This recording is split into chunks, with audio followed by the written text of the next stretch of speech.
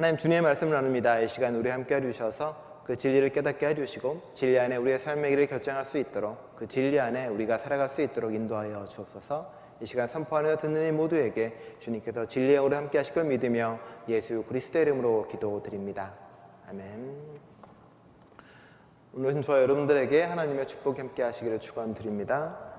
장로님하고 이양희 유사님 오시니까 뭔가 예배가 되게 부드럽게 가는 느낌입니다. 뭐 딱딱 걸리는 거 없이 되고 있습니다. 네. 저희 아버지가 이제 가끔 그 시대의 아버님이 항상 그러시지만 술을 거나하게 들고 오시면 꼭 자고 있는 저희를 깨웁니다. 그렇죠? 항상 늘 깨우고 난 다음에 이렇게 앉혀놓고 이렇게 아버지의 삶의 경험을 나누십니다. 이런 얘기를 쭉 하시면서 그 중에 자주 하시는 말씀이 무슨 말씀이었냐 그러면은 어디 가서 손해본다고 생각하고 살아라입니다. 이상하죠? 손해보고 살아라는 게 우리 아버지의 잘 하던 말씀이었습니다. 예를 이렇게 드십니다. 어디 가서 10개를 3명이 나눈다고 하자. 그럼 너는 그냥 3개만 이렇게 가지고 나머지는 두고 와라. 더 가지려고 싸우거나 아둥다둥 하지 마라입니다. 그렇죠? 그래서 저희 어머니는 옆에서 우리 아버지 등짝을 때립니다. 그럴 이 모양 이 꼴이라고 맨날 이야기합니다. 한참 지나서 그 얘기를 듣다가 어느 날 아버지에게 이렇게 얘기했습니다. 아버지, 10개 중에 3개를 가지고 제가 빠지면 7개로 둘이 나누겠다고 싸울 것 같은데 그럼 어떡하겠냐고. 그냥 2개 가지고 빠지고 4개로 나눠 가지라고 하라고. 4개씩 가지라고. 우리 아버지께서 그건 좀 라고 이야기하며 말을 끊으십니다. 그렇죠. 세상은 손해보는 걸 싫어합니다. 세상 사람들은 모두가 자신의 이익을 위해 달려갑니다. 물질적으로도 한 푼이라도 손해보지 않으려고 하고요. 시간도 그렇죠. 시간도 자기가 손해보기 싫으니까 먼저 나가서 기다리는 사람보다는 그 시간에 딱 맞춰 가거나 아니면 좀 늦게 가는 게 당연하다고 생각하는 사람도 있습니다. 무언가를 일을 할 때마다 내게 이익이 되는지 안 되는지 헤아리기도 합니다. 인간관계에서도 내게 좋고 이익이 되는 사람을 만나려고 하지 손해보려고 하는 사람은 잘 만나지도 않죠. 나이로 대접받고 싶지 나이로 손해보고 싶지는 않습니다. 내가 하는 말이 다 이렇게 더 많은 말을 하고 싶을 뿐이지 듣는 시간을 늘려서 손해보고 싶어 하지도 않고요. 우리는 그게 당연하다는 듯이 살아갑니다. 세상은 그게 맞다라고 우리에게 끊임없이 주입하고 이야기하죠. 이익 보고 살아. 그래야 돼. 그래야만 네가 잘 사는 거야. 이익을 누려야만이 네가 잘 되는 거야 라고요. 그런데 예수님은 전혀 다른 이야기를 항상 우리에게 해주십니다. 포도원의 비유, 지난주에 얘기했던 것처럼 포도원의 비유를 통해서 야, 시간당 돈 받는 거 아니야? 필요한 것만큼 다 나눠가는 거지. 그리고 또 이야기하죠. 아유, 돈 받을 생각하지 말고 꿔줘 라고 이야기합니다. 심지어 성경은 이자 받는 것 자체가 죄악이라고 이야기합니다. 거둬달라고 하면 속은 내어줘야 되는 것이고 더 달라고 하면 더 많이 주는 게 당연하다고 이야기합니다. 하나님의 진리와 말씀은 어쩌면 점점 우리의 삶과 이렇게 멀어지나라는 생각이 들 때가 종종 있습니다. 여러분은 무엇 따라 사십니까? 이익을 따라서 하루바로 바쁘게 분주하게 살아가십니까? 아니면 손해보더라도 돌보고 섬기면서 살아가려고 애를 쓰십니까? 오늘의 비유는 어떻습니까? 오늘의 비유는 이 문화의 비유라고 보통 많이 알려져 있고요. 사람들은 이 비유를 볼 때마다 그래 더 열심히 섬겨야지, 더 열심히 봉사해서 더 많은 걸 받아야겠다라고 종종 생각을 하기도 합니다. 종종 마태복음에 나와 있는 달란트의 비유와 이렇게 같이 놓고 생각하기도 하고요. 그런 점 이상하지 않나요? 제가 이 말씀을 가만히 보고 그리고 많은 신학자들이 이 말씀을 볼 때마다 물어봅니다. 거기에 나오는 왕이 하나님이라고? 거기에 있는 왕이 예수님이라고 물어봅니다. 자, 왕이라고 생각을 해봅시다. 그분이 하나님이라고 생각을 해봅시다. 그런데 그분이 자기를 반대하는 사람 다 죽인다고 이야기하고요. 부자는 더 부자가 되고 가난한 자는 더 가난한 자가 된다고 선포합니다. 예수 마음을 듣던 사람들은 다 가난하고 힘든 사람인데 그들에게 그렇게 이야기하는 거죠. 세상 질서와 별반 달라 보이지 않나요? 세상 질서와 똑같아 보이지 않나요? 우리는 어쩌면 이 비유를 잘못 읽고 잘못 해석하고 있지 않나라는 생각이 들지 않나요? 자, 그래서 다시 한번 이 비유를 읽어보겠습니다. 이 비유는 어디에 위치하고 있냐면 성경을 쭉 보시면 예수님이 이제 예루살렘으로 열심히 가고 계십니다. 제자들이 이제 예수님께 물어봐요. 제자님, 이제 우리 저 예루살렘에 가면 우리는 놀라운 영광과 놀라운 권세와 많은 것을 가지게 되지 않냐고. 예수님이 뭐라 그러냐면 이 전장에 나오는 이야기입니다. 네, 거기 가면 고난도 있고 아픔도 있고 눈물도 있을 거야라는 말을 합니다. 그런데 제자들은 듣지 않습니다. 하나도 이해하지 못합니다. 그리고 그 이후에 예수님이 눈 뜨는 이야기가 나와요. 그리고 예루살렘으로 갑니다. 그리고 우리가 잘 아는 삭개오가 등장을 합니다. 삭개오의 비유를 통해서 어떤 사건이 벌어집니까? 예수님이 삭개오를 만나자 삭개오가 마음에 회심이 벌어지면서 무슨 일을 하나요? 자신의 재산 전부를, 반을 가난한 사람에게 나눠줍니다.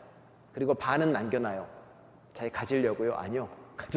남겨놓는 게 아니라 그 뒷말에 나오죠. 내가 억지로 혹은 협박해서 그 돈을, 세금을 뜯어내는 사람이 있다면 내가 그것을 4배로 갚아주겠다라고 이야기합니다. 반은 가난한 사람을 나눠준 거고요. 반은 자기가 협박해서 뺏은 금액이 있다면 나눠주기 위해서 가지고 있는 겁니다. 자, 제자들은 설레기 시작합니다. 드디어 하나님 나라가 이루어지는구나. 가난한 사람도 없고 부자도 없고 모두가 다 이렇게 나눠가 있는 세상이 이제 얼마 남지 않았구나. 그게 11장에 나온 말입니다. 이제 주님의 나라가 금방 오겠구나라고요. 그 꿈을 꿉니다. 삭개오도 이상하죠. 하나님을 만나면 보통 어떻게 이야기해요? 우리들은 그렇죠. 내가 하나님을 만났어요. 내가 이제 기도도 더 열심히 하고 내가 이제 예배도 많이 참석하고 내가 봉사도 더 많이 할게요 라고 이야기하지만 사실 성경에서 말하는 변화된 자의 가장 큰 특징은 있는 걸 다 나눠줍니다. 그리고 제자도 못해서 모든 걸 해서 소유를 팔아 가난한 자를 나눠주고 섬기고 돌보는 곳으로 가는 게 회개의 시작이라고 이야기합니다. 자, 그렇게 와서 이 비유가 등장을 하는 겁니다. 자, 이 비유는 그럼 어떤 의미가 있을까요?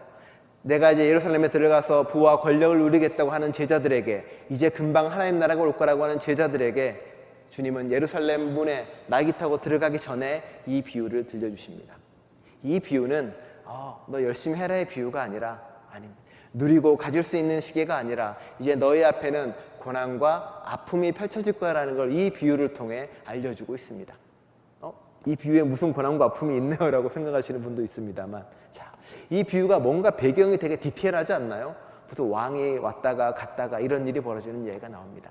그 배경을 좀 더 들어가 보겠습니다. 예수님이 태어날 때 우리가 알고 있는 임금이 하나 있죠. 헤롯 왕. 우리가 헤롯 대왕이라고 칭하는 사람이 있습니다. 헤롯 대왕은 자신의 정적을 모두 다 쳐 죽이고 로마에 가서 자신이 왕으로 인정을 받습니다. 기원전 4년에 헤롯 대왕이 이제 자신이 죽게 됐습니다.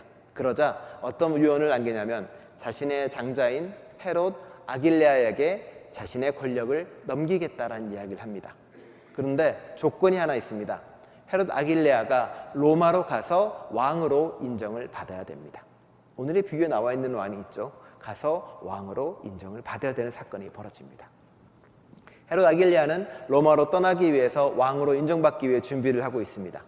그런데 문제가 하나 벌어집니다. 6월달에 예루살렘에 모인 수많은 유대인들이 헤롯 아길레아를 반대하며 시위와 집회를 벌입니다. 헤롯 아길레아는 그것에 분노해서 3,000명을 죽여버립니다. 3,000명의 피로 얼룩진 그 예루살렘을 뒤로하고 헤롯 아길레아는 로마로 가서 왕으로 인준받기 시작을 합니다. 그러자 유대인 사람들이 다시 또 그 뒤에 50명을 뒤이어 보냅니다. 가서 헤롯 아길레아를 우리의 왕으로 삼게 해달지 말라고.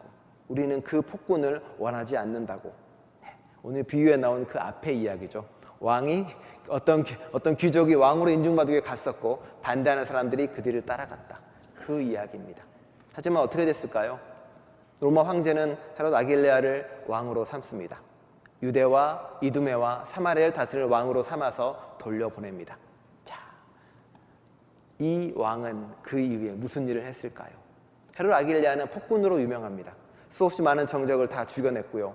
그리고 그 유대 땅은 3명의 왕이 다스렸어요. 헤롯 대왕의 아들들 3명이 다스렸는데 헤롯 아길레아는 너무 폭군이어서 심지어 로마가 그 왕을 잘라냅니다. 숙청해버리고 자기의 직할령으로 삼을 정도로 왕입니다. 그리고 예수님은 그 이야기를 상징적으로 말하면서 이야기하는 겁니다. 사실은 그게 있었던 시대에 벌어진 일이야. 그 폭군이 돌아왔을 때 벌어진 일이야 라고 이야기하고 있습니다. 이 귀인과 왕은 하나님하고 예수님하고 관계없는 세상의 왕이고 세상의 폭군입니다. 그가 와서 이야기합니다. 내가 떠날 때 너한테 돈 1문화씩 나눠줬지? 그거 가져와봐. 1문화가 지금 돈으로 하면 1,000만 원 정도 되는 겁니다. 야, 자기 잠깐 갔다 온 사이에 자기 종들에게 그걸로 돈 불려놓으라고 시키는 겁니다. 단 얼마 사이에 그거를 어떻게 불려야 되는 걸까요? 누군가는 그걸 1000% 빌렸습니다. 1000만 원을 가져가서 1억을 가져오기도 합니다. 누구는 1000만 원 가져가서 5천만 원을 들고 옵니다. 헤롯의 종이었던 사람들이, 그 권력과 밑든 사람들이 그 돈을 가지고 무엇을 해서 불렸을까요? 농사를 지어서 정당한 노동을 해서 정당한 거래를 해서 그럴 리가 없겠죠.